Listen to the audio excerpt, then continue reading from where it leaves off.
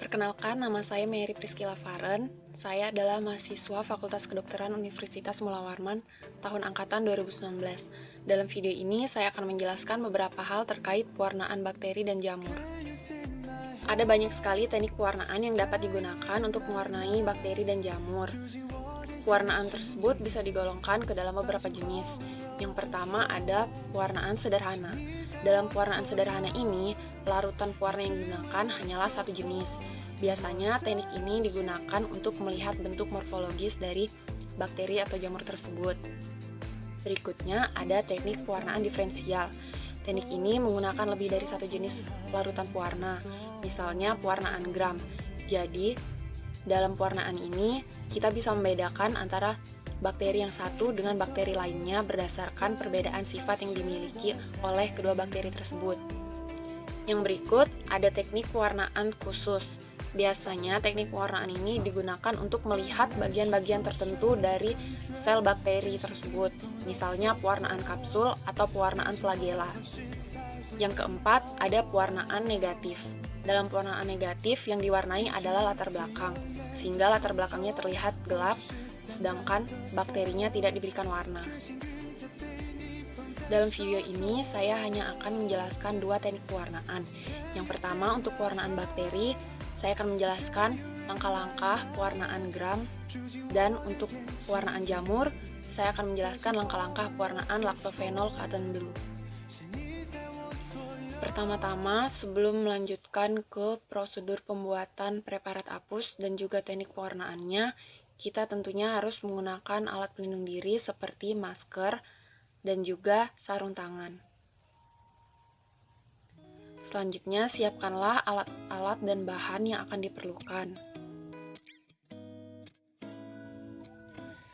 Langkah pertama dalam pembuatan preparat apus yaitu dengan mengambil objek glass, lalu sterilkan dengan cara melewatkannya di atas api bunsen sebanyak 2-3 kali.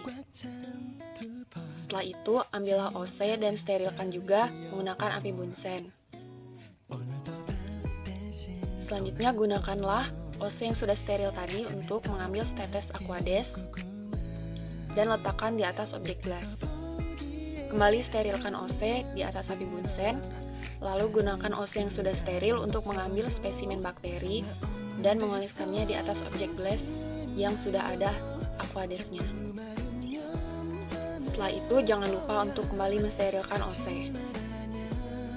Langkah terakhir ialah melakukan fiksasi panas, yaitu dengan cara melewatkan objek gelas di atas api bunsen sebanyak 2-3 kali. Sekarang kita akan lanjutkan ke teknik pewarnaan. Langkah pertama, kita letakkan preparat apus tadi di atas rak pewarnaan.